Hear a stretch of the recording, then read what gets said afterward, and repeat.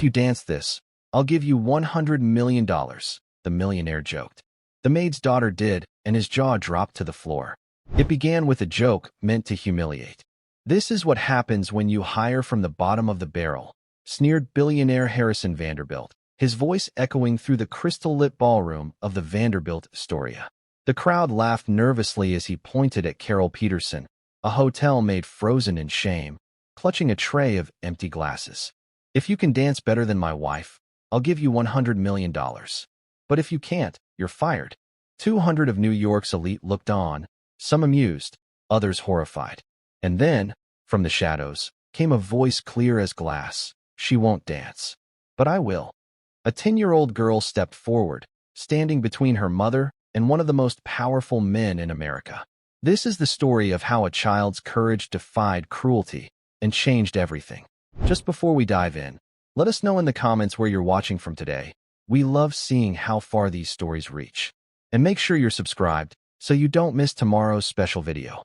Now let's jump back in. Enjoy the story. A little girl stood against a giant, her courage the only weapon she had. She was about to accept a challenge that could save her mother's life or destroy them both. The world held its breath, wondering if a child's spirit could truly move a mountain of greed. The grand ballroom of the Vanderbilt Astoria Hotel glittered with a cold, sharp light. It was a light that bounced off diamond necklaces and reflected in glasses of champagne that cost more than a month's rent. The air itself seemed heavy, thick with the scent of expensive perfume and the low, confident hum of old money. 200 of New York's most powerful figures were gathered for the annual Vanderbilt Foundation Gala, an event that was less about charity and more about celebrating the immense wealth of one man, Harrison Vanderbilt III. Harrison, a man whose tailored suit was as sharp as his tongue, surveyed the room from his perch near the stage. His face, etched with the permanent scowl of someone who had never been told no, scanned the crowd. He wasn't looking at his guests. He was inspecting them, judging the quality of their jewels, the sincerity of their smiles. To him, people were assets or liabilities, and tonight, everyone was an asset, their presence adding another layer of polish to his formidable reputation. He was a king in his crystal castle, and he enjoyed the view. In the shadows, near a service corridor, a different world existed. Here, the air smelled of bleach and quiet desperation. Carol Peterson, a maid at the hotel for the past 6 years, moved with a practiced invisibility. At 42, her hands were chapped and her back ached with a permanent, dull throb, but her movements were efficient, her face a mask of professional calm. She refilled ice buckets and cleared away abandoned glasses, her path a silent, looping dance around the edges of celebration. Her only goal was to get through the night without being noticed. To be noticed was to risk a complaint, and a complaint could mean losing her job. Losing her job was a catastrophe she couldn't afford to imagine. Tucked away in a small supply closet, her daughter, Emily, sat on an overturned bucket. At 10 years old, Emily was a whisper of a girl, with hair the color of pale corn silk and eyes the color of a summer sky. She was supposed to be with Mrs. Gable next door, but the elderly woman had fallen ill at the last minute. Carol had no other choice. She had brought Emily to work, hiding her away with a worn copy of The Secret Garden and a stern warning to stay silent and out of sight. Emily wasn't reading. She was listening to the muffled sounds of the orchestra, her small foot tapping a rhythm against the concrete floor. She could feel the vibrations of the bass through the soles of her worn sneakers. In her mind, she was on that dance floor, not as a guest, but as a performer. She imagined herself spinning under the grand chandeliers, her simple dress transformed into a costume of flowing silk. It was a secret dream, one she and her mother rarely spoke of anymore. It was a dream from before the sickness, before the mountain of bills had buried them. The sickness had come for her father first, a swift and merciless cancer that had stolen him and every penny of their savings. Then, it had come for Carol. Not a cancer, but a persistent, debilitating illness that required treatments not fully covered by her meager insurance. The debt was a living thing, a monster that grew larger every month. It was the reason for the double shifts, the reason Emily was sitting in a closet instead of a warm bed, the reason the light in her mother's eyes seemed to be dimming. Carol entered the closet, her face etched with exhaustion. "Just a few more hours, sweetie," she whispered, handing Emily a small bottle of water. Are you doing okay? Emily nodded, forcing a smile. I'm fine, Mom. I can hear the music. A flicker of pain crossed Carol's face. Before, they had always had music in their small apartment. Her husband, Frank, had loved to waltz with her in the kitchen. And Emily was born to dance. From the time she could walk, she moved with a grace that seemed otherworldly. Frank's father, a decorated war veteran, had been the one to notice it first. That girl has lightning in her feet and steel in her spine, Sergeant Frank Peterson Sr. used to say, his voice gruff with pride. He had taught Emily her first steps, not ballroom dances, but routines he created himself, based on discipline, strength, and storytelling. Every step has a purpose, little soldier, he'd tell her. Don't just dance. Speak. But the sergeant was gone now, and the dance lessons had stopped 2 years ago. There was no money for classes, no energy left after long shifts, and a constant, heavy fear that Emily might injure herself. An injury, even a small one, was a cost they could not bear. Carol's thoughts were shattered by a sudden, sharp gasp from the ballroom, followed by a man's furious roar. Her heart clenched. She hurried out of the closet, Emily peeking out from behind her. It was worse than she could have imagined. A waiter, young and nervous, had tripped. His tray of drinks had gone flying, arcing through the air in a spray of red wine and shattered glass. And the target, the epicenter of the disaster, was Harrison Vanderbilt III. A dark, ugly stain was spreading across the front of his pristine white tuxedo shirt. The music screeched to a halt. A heavy, dreadful silence fell over the 200 guests. All eyes were on Harrison, whose face was contorted into a mask of pure fury. You incompetent fool, he bellowed, his voice echoing through the vast space. The young waiter was pale, stammering apologies that no one could hear. Get him out of here. Fired, Harrison commanded, waving a dismissive hand. 2 security guards moved in, gently but firmly escorting the tearful young man away. The event manager, a man named Mr. Davies, rushed forward with a cloth. Mr. Vanderbilt, my deepest apologies. A terrible accident. Harrison snatched the cloth and dabbed uselessly at his shirt. Accident. This is what happens when you hire from the bottom of the barrel, Davies. Incompetence. That's the disease of the working class. He scanned the room, his eyes blazing. His gaze landed on the nearest staff member. It was Carol Peterson, who had been frozen in place by the scene, a tray of empty glasses still in her hands. You. Harrison snapped, pointing a finger at her. Cleaning lady. Come here. Carol's blood ran cold. She slowly walked forward, her body trembling. She kept her eyes fixed on the floor, avoiding the sea of curious, judgmental faces. Look at this, Harrison said, gesturing to his ruined shirt as if it were a mortal wound. This is a $5,000 shirt. Do you know how many floors you'd have to scrub to afford a shirt like this? Carol remained silent, her shame a lead weight in her stomach. I asked you a question, he sneered. Laughter rippled through parts of the crowd. I don't know, sir, she whispered, her voice barely audible. Of course you don't, he scoffed. People like you don't think in those terms. You just exist. You plod along, day after day, with no grace, no elegance, no understanding of the finer things. He began to circle her like a shark, enjoying the spectacle he was creating. The initial shock among the guests was starting to curdle into a kind of morbid entertainment. Look at the way you stand, he continued, his voice dripping with contempt. All hunched over. No posture. I bet you couldn't even walk across this floor without tripping over your own feet. You people have no rhythm, no coordination. From the doorway of the supply closet, Emily watched, her small hands clenched into fists. Tears of anger and helplessness welled in her eyes as she saw her mother, her strong, kind mother, being treated like an object of scorn. Her mother, who worked until her body screamed in pain just to keep them fed. Her mother, who hummed lullabies to her at night, even when she was so tired she could barely stand. Harrison stopped in front of Carol, a cruel, brilliant idea lighting up his eyes. You know what? I have a theory.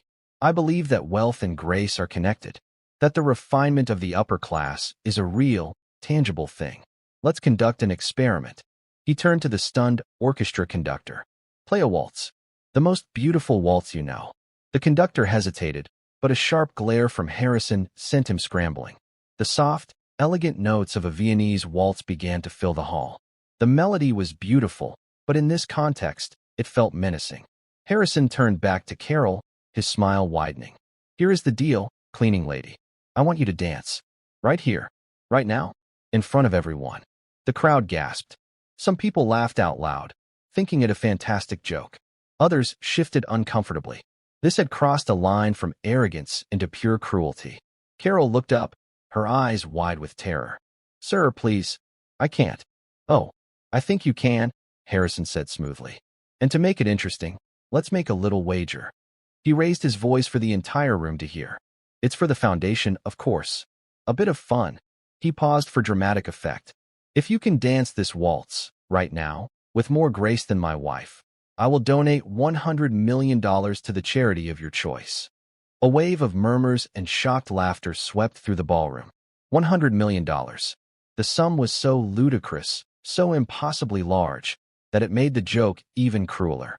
It was a number meant to highlight the vast, unbridgeable chasm between his world and hers. He was making a promise he knew he would never have to keep. His wife, Beatrice Vanderbilt, a woman who looked like she was sculpted from ice, glided to his side. "Harrison, darling, what are you doing?" she murmured, though her eyes danced with amusement. "Teaching a lesson, my dear. A lesson in natural order." He looked back at Carol, whose face was now ashen. "So what will it be? Dance, and maybe, just maybe, you'll earn a fortune. Or refuse, and I'll make sure you never work in this city again." His voice was low, but the threat was crystal clear. Blackmail. Publicly and without shame. Carol stood frozen, trapped between impossible choices. The weight of every eye in the room pressed down on her. The mocking music swirled around her.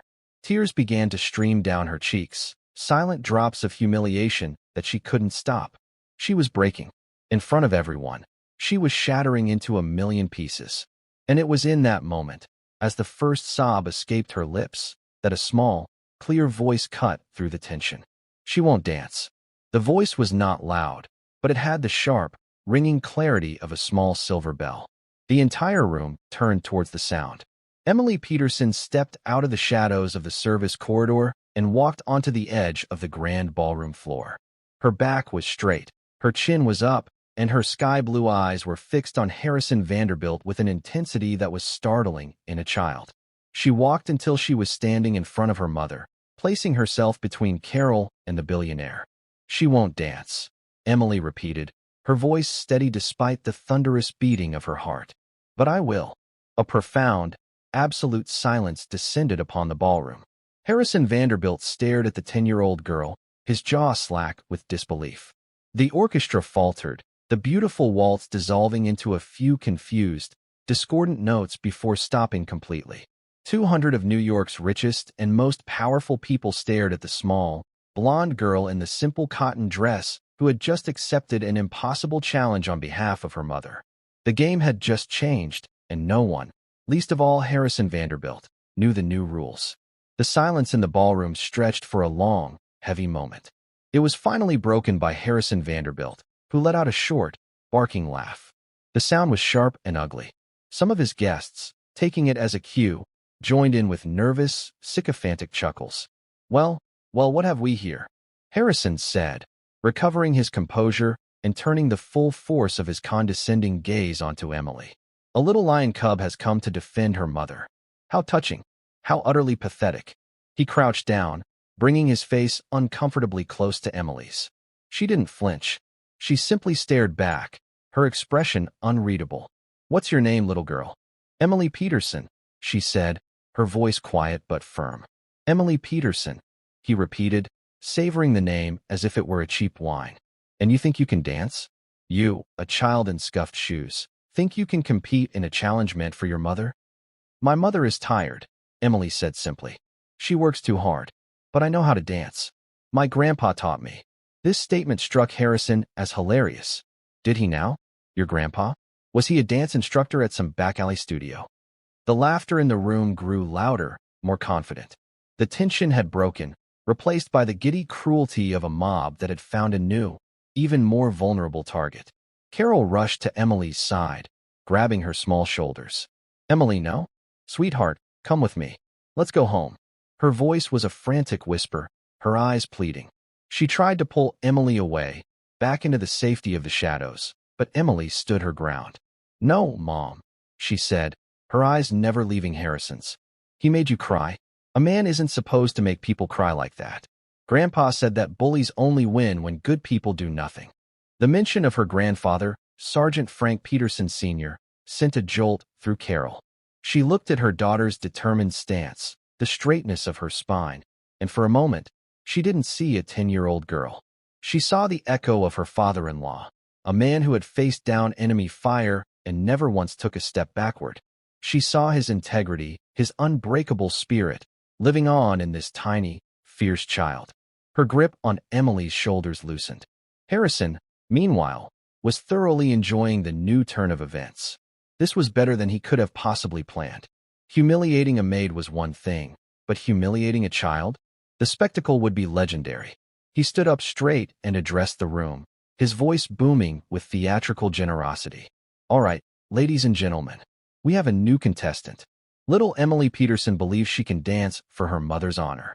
And for $100 million. He paused, letting the absurdity of the statement sink in. "I am a man of my word. The offer stands. If this child can dance the waltz with more grace and skill than my wife, Beatrice, I will make the donation." Beatrice Vanderbilt glided forward. She was a former amateur ballroom champion, a woman who spent 3 days a week with a private tutor from Vienna. She looked Emily up and down, a venomous smile playing on her lips.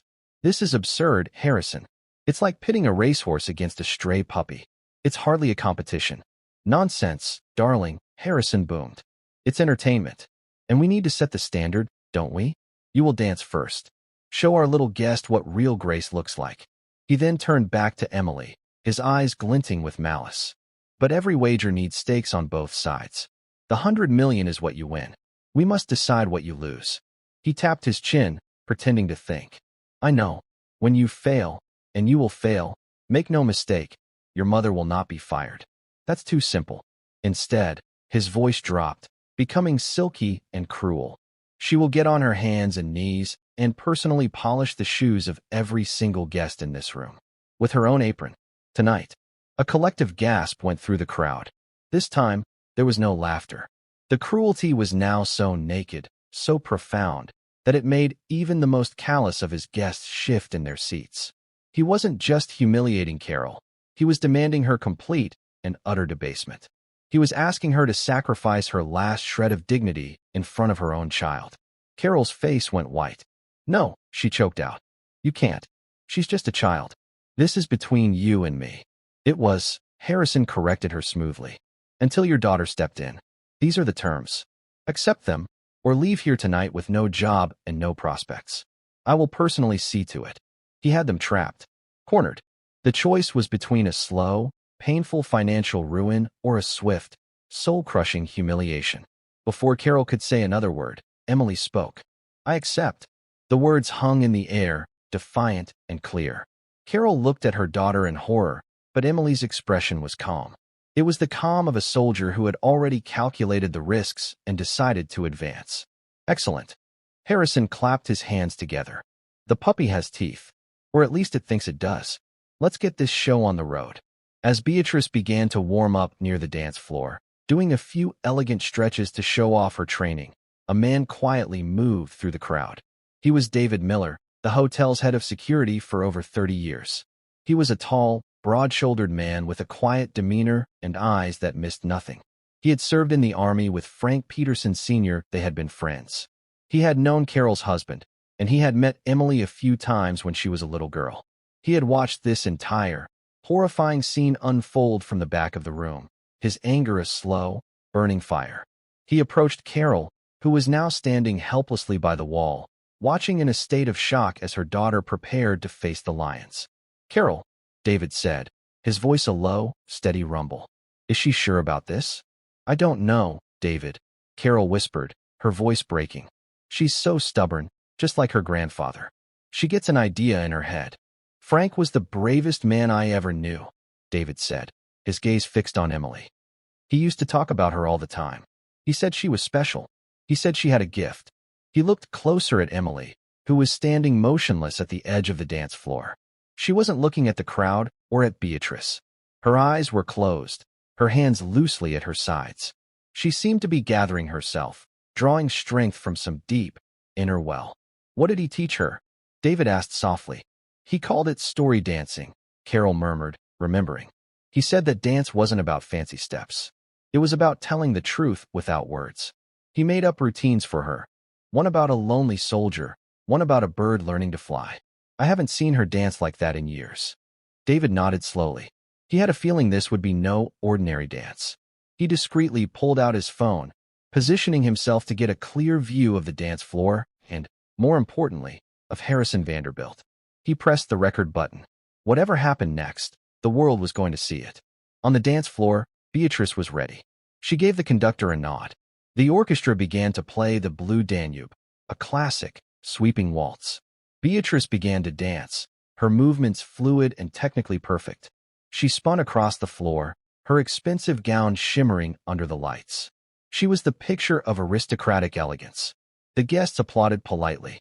She was exactly what they expected, beautiful, skilled, and utterly devoid of soul. Her dance was a performance of privilege, a demonstration of lessons well learned and paid for. It was impressive, but it was hollow. She finished with a flourish and a confident smile, curtsying to the audience. Harrison applauded the loudest, a smug, triumphant look on his face. Bravo, my dear. An exquisite performance. That is the standard to beat. He gestured dramatically towards Emily. And now, for our main event. The little mouse takes the stage. The laughter was back, but it was more subdued now. A nervous anticipation had settled over the room. Emily walked to the center of the vast, empty dance floor. She looked impossibly small and alone under the glare of the chandeliers. The contrast between Beatrice's shimmering gown and Emily's simple dress, between Beatrice's confident smile and Emily's solemn expression, was stark. The conductor looked at her. "What song would you like, little one?" he asked, his voice surprisingly gentle. Emily looked at the orchestra, her blue eyes scanning the musicians. Then she said, her voice carrying across the silent room, "Do you know Amazing Grace?" A confused murmur went through the crowd. Amazing Grace? That wasn't a waltz. It was a hymn. It was slow, mournful, and completely unsuitable for the challenge. Harrison laughed dismissively. The child doesn't even know what a waltz is. This is perfect. Play it. Play the funeral dirge. The conductor looked uncertain, but Emily gave him a small, reassuring nod. He sighed and turned to his musicians, giving them quiet instructions. After a moment, the lone, haunting sound of a violin filled the air, playing the first few bars of the beloved hymn. It was a melody of sorrow, but also of hope. Emily closed her eyes. She did not assume a classic ballet or ballroom stance. Instead, she stood with her feet slightly apart, her arms at her sides, as if listening to a voice only she could hear. In her mind, she was back in her grandfather's small living room. She could hear his voice, gravelly and kind. "Don't let them see your fear, little soldier. Let them see your story. Now, show me the story of the fallen sparrow who learned to fly again." As the first full verse of the music began, Emily moved. It was not a dance of celebration. It was a dance of survival. Her first movement was a stumble, a deliberate, heartbreaking fall to her knees. Her small body curled into a ball on the cold, unforgiving marble, a perfect imitation of a bird with a broken wing. It was a posture of defeat, of utter despair. It was her mother, kneeling amidst the broken glass just moments before. It was every person in that room who had ever felt small, helpless, and broken by the cruelty of the world. A few people in the crowd shifted uncomfortably. This was not the clumsy fumbling they had expected. This was something else entirely. Then, slowly, to the mournful notes of the violin, one hand reached out, fingers trembling, grasping at the air. Her body uncurled, not with a smooth, practiced motion, but with a shuddering effort. It was the struggle to rise after being knocked down. Her muscles strained, her face a mask of concentration. She pushed herself up, her legs unsteady, wobbling as she found her feet. She stood, fragile and uncertain, a tiny soldier in the center of a vast battlefield. Harrison Vanderbilt watched, his arms crossed, a smirk still fixed on his face. But the smirk was beginning to feel tight, unnatural. He had expected a child shuffling her feet, a comical display of incompetence. This was a performance. It was strange, unsettling, and it was capturing the attention of his guests in a way Beatrice's technically perfect waltz had not. As the music swelled into its first chorus, a melody of profound sorrow and resilient faith, Emily's movements changed. She began to move across the floor, not in the graceful, gliding steps of a waltz, but with a series of sharp, almost militaristic motions. Her arms cut through the air, her feet stamped the floor in a rhythm that was both defiant and disciplined. These were the steps her grandfather had taught her, the movements he had designed to build strength and precision. It was the story of a soldier, alone and outnumbered, facing an overwhelming enemy. Each step was a battle, each turn a confrontation. She wasn't dancing to the music. The music seemed to be dancing to her. The orchestra, captivated by the raw emotion of her performance, began to follow her lead. The tempo rose and fell with the intensity of her movements. The lone violin was joined by the cellos, their deep, somber tones adding a layer of gravity to the air. Carol watched, tears streaming down her face.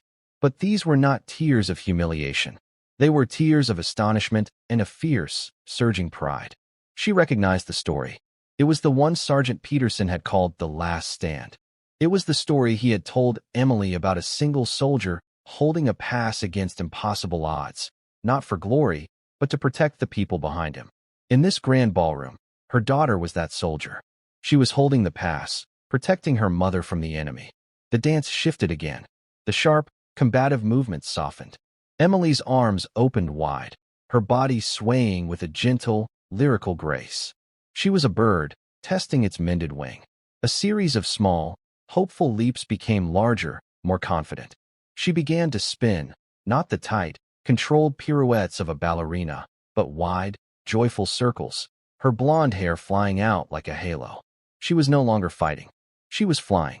She was free. The pain and struggle of the first part of her dance were being transformed, redeemed by this soaring, breathtaking expression of hope. The crowd was utterly captivated. The whispers had died. The nervous laughter was a distant memory. No one was looking at their phones. No one was thinking about their stock portfolios or their summer homes in the Hamptons. Every single person was watching the little girl in the simple dress who was telling a story more profound and more moving than any they had ever seen on a Broadway stage. They were seeing their own struggles, their own secret heartbreaks, their own moments of resilience played out on the marble floor. They saw their mothers, their daughters, their own younger selves who had dared to dream in the face of a cold, indifferent world. And in the collective gaze of 200 of New York's most cynical and powerful people, something remarkable happened. They began to feel. David Miller, standing by the back wall, kept his phone steady, his knuckles white. He saw the sergeant in every step Emily took. He saw his friend's iron will, his unshakable integrity, his belief that true strength came not from wealth or power, but from courage and love. He wasn't just recording a video, he was bearing witness. The only person in the room who seemed immune to the magic was Harrison Vanderbilt. His face had gone from smug amusement to confused irritation, and finally, to a dark, simmering rage. This was not how his game was supposed to go. The child was supposed to be a clown, an object of ridicule. But she wasn't. She was a prodigy. She was a star. And she was stealing the spotlight at his party, in his hotel, turning his carefully orchestrated spectacle of cruelty against him. She was making him look like a fool, not through clumsiness, but through a talent so immense it was undeniable. His guests were not laughing at her, they were mesmerized by her. He could feel the mood in the room shifting, turning against him. The admiration in their eyes was an indictment of his own boorish behavior. As the final, soaring notes of Amazing Grace filled the hall, Emily's dance came to an end. She finished not with a bow or a curtsy, but by standing perfectly still in the center of the floor, her chest rising and falling with her breath, her head held high. She slowly lowered her arms and looked directly, not at the audience, but at one man. Her sky-blue eyes, clear and unwavering, locked onto Harrison Vanderbilt. There was no fear in her gaze. There was no anger. There was only a quiet, powerful question. For a full 10 seconds, the ballroom was shrouded in a silence so complete it was like a physical presence. It was a silence of awe, of reverence. Then, one person began to clap. It was an elderly woman in the front row, a respected philanthropist known for her quiet dignity. Her solitary applause was followed by another, and then, like a tidal wave, the room erupted. It was not polite applause. It was a roar. It was a standing ovation. People were on their feet, their faces alight with an emotion that had been absent all evening, genuine admiration. They were clapping for the child, for her courage, for her astonishing gift. They were clapping for the beauty and truth she had brought into this cold, sterile room. Carol sobbed openly, her hand covering her mouth, her heart feeling like it would burst with love and pride. The applause went on, a deafening tribute to the small girl who had stared down a giant and won. Harrison Vanderbilt stood frozen in the eye of the storm, his face a thunderous mask of fury. The sound of the applause was a physical assault. It was a judgment. It was the sound of him losing control. "Stop," he roared, his voice barely audible over the din. "Stop it." Slowly, reluctantly, the applause died down, replaced by a tense, expectant silence. The guests turned to look at him, their expressions no longer sycophantic, but questioning, challenging. "What is wrong with you people?" Harrison snarled, his voice shaking with rage. "You're applauding a circus act.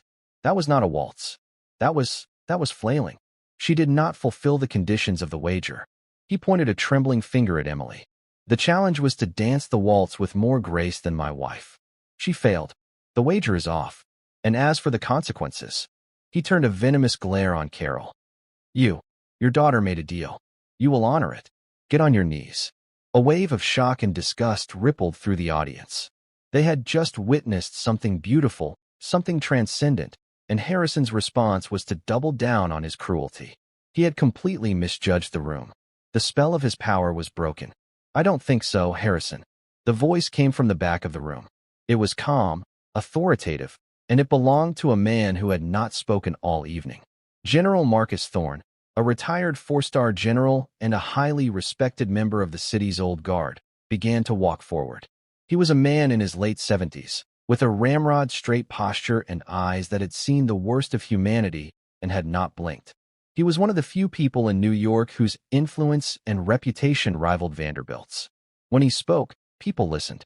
"That girl showed more grace in 5 minutes than you've shown in your entire life," the general said, his voice cold as steel. He stopped beside Emily, placing a gentle, protective hand on her shoulder. He looked down at her, and his stern expression softened for a moment. "That was quite a display, young lady. Your grandfather would have been proud." Emily looked up at him, her eyes wide with surprise. "You knew my grandpa?" "I did," the general said, his voice softening. "I had the honor of serving with Sergeant Frank Peterson. He was one of the finest men I ever knew. He saved my life and the lives of 5 other men during the Battle of Fallujah. He ran through enemy fire, with no regard for his own safety, to pull us out of a burning vehicle. He was awarded the Medal of Honor for his bravery." He turned his piercing gaze back to Harrison Vanderbilt, and now his voice was laced with a quiet, deadly fury. "That man, Harrison, was a hero, a true American hero. And you worthless, arrogant bully, have spent the evening trying to humiliate his family. You tried to debase his daughter-in-law and his granddaughter in front of 200 people for your own sick amusement." The revelation hit the room like a physical blow. The little girl who had just danced for them was not just any child. She was the granddaughter of a Medal of Honor recipient. A legend. The story had just taken on a whole new dimension. The disrespect shown by Harrison was no longer just a personal cruelty. It was an insult to the memory of a national hero. Harrison's face had gone pale. He had known, of course, that Carol's last name was Peterson, but it was a common name. He had never made the connection. He had stepped on a landmine he never knew was there. The general wasn't finished. "The wager," he continued, his voice ringing with authority, "was about grace. And grace, Mr. Vanderbilt, is not about perfect dance steps or expensive dresses. It is about dignity under pressure. It is about courage in the face of cruelty. It is about honor. By that definition, this child has not only met the conditions of your challenge, she has surpassed them in a way you are clearly incapable of understanding." He turned to address the silent, watchful crowd. "I, for one, believe the wager was won. And I will personally pledge the first $10 million to whatever charity Mrs. Peterson chooses. Before the words were even fully out of his mouth, the elderly philanthropist who had started the applause spoke up. And I will pledge another $5 million. A third voice called out, "Count me in for 5. And then another, and another. It was a cascade. Pledges began flying from every corner of the ballroom. It was a spontaneous, overwhelming rebellion against Harrison Vanderbilt. His guests, the very people whose approval he craved, were publicly and enthusiastically siding with his victim.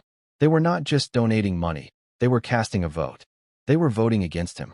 Within minutes, the pledges had soared past 50 million, then 75, then 100. They were collectively, joyfully, fulfilling the promise that Harrison had made as a joke, turning his cruel wager into a stunning reality. Harrison Vanderbilt stood alone in the center of the room, his wife having discreetly melted back into the crowd. His face was a canvas of disbelief, fury, and for the first time in his life, a creeping, unfamiliar feeling, utter and complete humiliation. The power he had wielded so arrogantly all night had vanished. The room, his room, was no longer his. It belonged to the maid and her daughter. David Miller stopped recording. He had more than enough. He quietly sent the file to a journalist friend at the New York Times with a simple message: "You're not going to believe this." Emily stood beside the general, her small hand now holding his.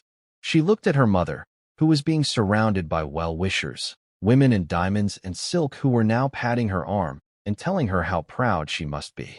Carol was crying and laughing at the same time, her face transformed by a joy so profound it seemed to erase years of hardship. Then, Emily looked back at Harrison Vanderbilt. He looked small now, pathetic and isolated in his own glittering ballroom.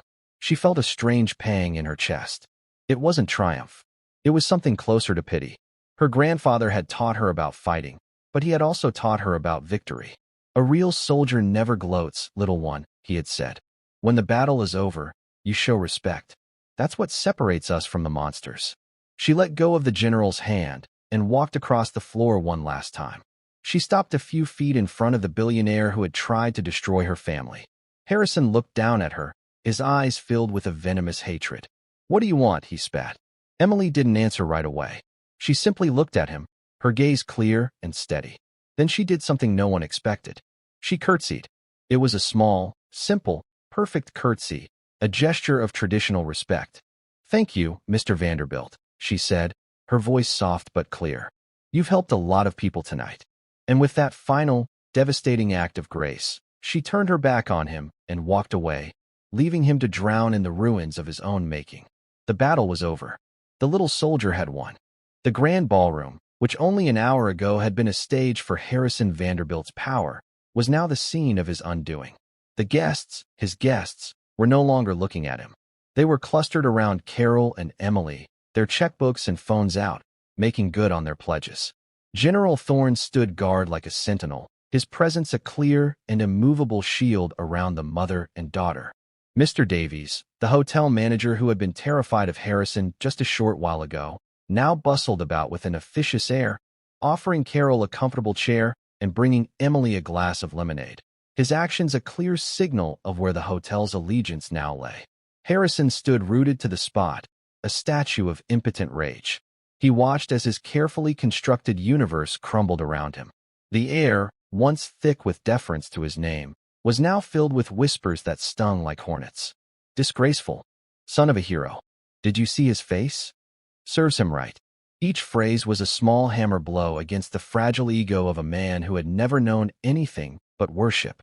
He tried to salvage the situation. He strode towards the largest group, attempting a jovial, dismissive laugh. "Well, it seems our little charity event was more successful than I could have imagined," he boomed, his voice strained. Who knew a little maid's dance could be so profitable? No one laughed. The crowd simply parted, their backs turning to him, creating a silent, moving wall that excluded him completely. He was a ghost at his own party. The message was clear. His money could no longer buy their respect. Beatrice, his wife, materialized at his elbow. Her face was a frozen mask of fury. "You have made us a laughingstock, Harrison," she hissed, her voice low and venomous. "You and your pathetic, brutish games." You didn't just humiliate yourself. You humiliated me. Our name will be mud by morning." "They're fools," he snarled back, grabbing a glass of champagne from a passing tray. "In a week, they will have forgotten all about it. They'll come crawling back." "Will they?" she asked, her voice dripping with ice. "Or will they be lining up to do business with General Thorne and his newfound protege, the heroic orphan of America's greatest soldier? You haven't just lost a room, you fool. You've lost the narrative." She turned on her heel and walked away, leaving him utterly alone in a sea of his own making. Meanwhile, General Thorne was making arrangements. He had quietly called his personal driver and arranged for a discreet exit for Carol and Emily through a private service elevator. A team from his foundation was already on the phone with Carol, gently walking her through the process of setting up a trust for the donated funds. The sum had officially reached $127 million. "We need to get you and your daughter home," the general said to Carol, his voice kind but firm. "The press will be here soon. It's best if you're not here when they arrive." Carol, still dazed, could only nod. The events of the evening felt like a surreal dream. She looked at Emily, who was now sitting beside the elderly philanthropist, calmly explaining one of her grandfather's favorite dance stories. She seemed completely unfazed by the whirlwind of attention. She had done what she had set out to do. She had protected her mother. For her, the battle was over. David Miller approached the general. "Sir, the car is waiting downstairs. I'll escort them." "Thank you, David," the general said, shaking his hand firmly. "You did a good thing tonight. Frank would be proud of you, too." He then crouched down in front of Emily. "Young lady," he said, "you are a remarkable person. I have a feeling this is just the beginning of your story." Emily smiled, a real, genuine smile for the first time that night. "Thank you, sir, for helping my mom. She has a good daughter," the general replied, his eyes crinkling at the corners. "That's the best help she could ask for." Escorted by David, Carol and Emily slipped out of the ballroom, leaving behind the glittering chaos and the simmering rage of Harrison Vanderbilt. They rode the service elevator down to the basement parking garage, the silence a stark contrast to the noise upstairs. As they stepped out into the cool night air, the reality of what had happened began to sink in. They didn't speak on the ride home in the general's plush-town car. Carol simply held Emily's hand, her thumb stroking the back of her daughter's small, strong fingers. The numbers, the pledges, the standing ovation, it all felt secondary.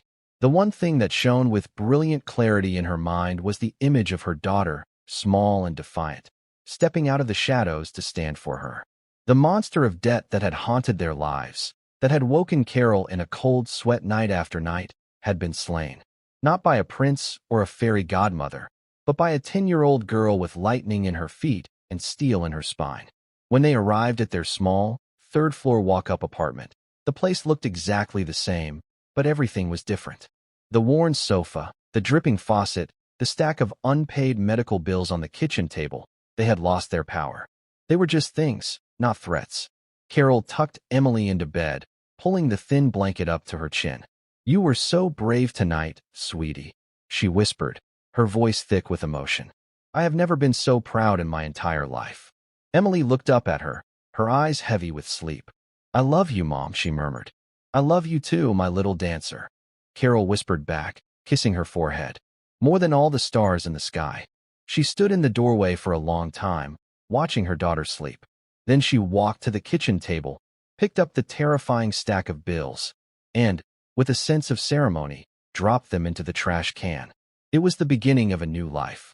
By 8 a.m. the next morning, the story was everywhere. The video David Miller had sent to his journalist friend had not just been published, it had exploded. It was the lead story on every news website, every morning show, every social media platform. The headline in the New York Times read, "Vanderbilt's Folly.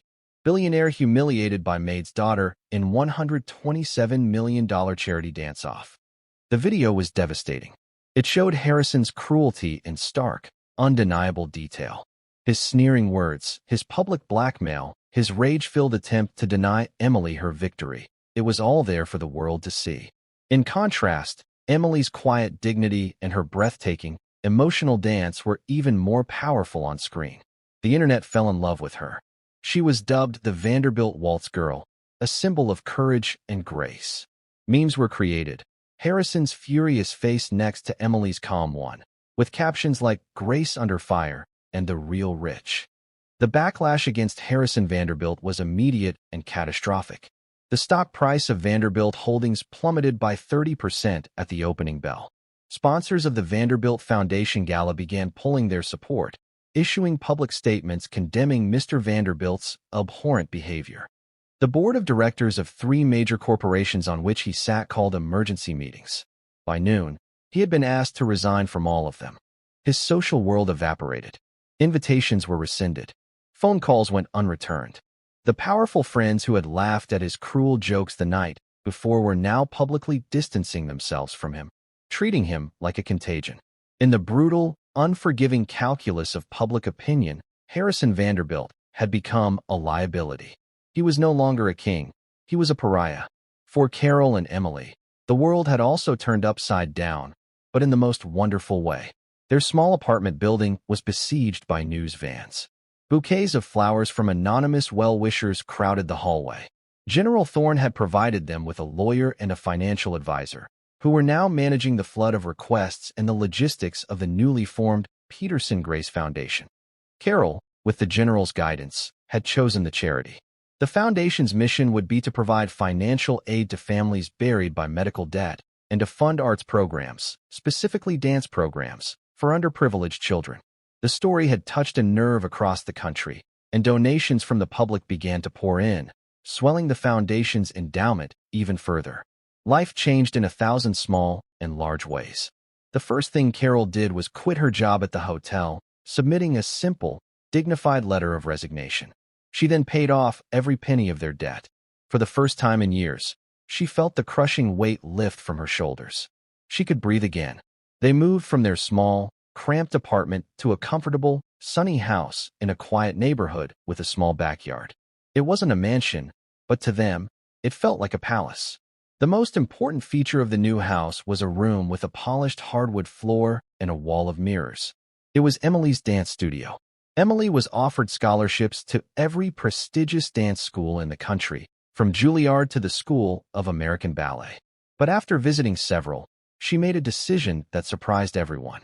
She chose a smaller, less famous school run by a retired Russian prima ballerina named Madame Anya Volkov.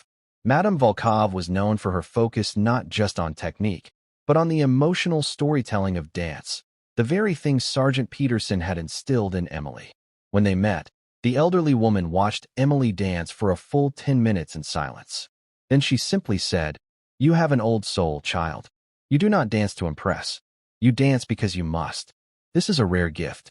I will teach you how to protect it." Emily thrived under Madame Volkov's tutelage.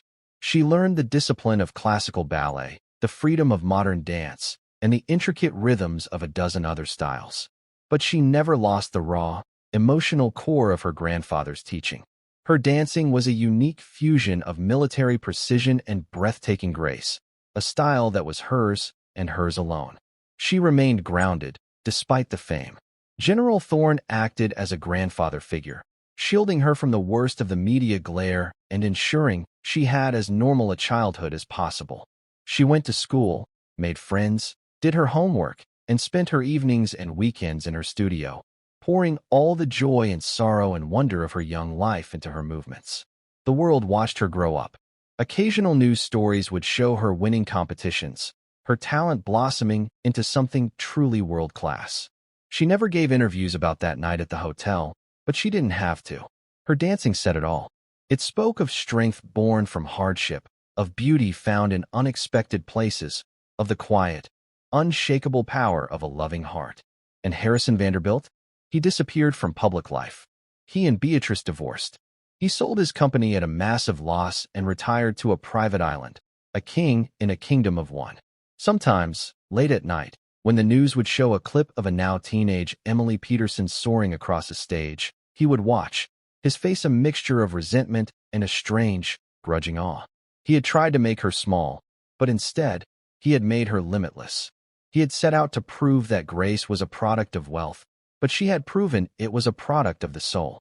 He had joked about giving her $100 million, and in the end, that was exactly what it had cost him.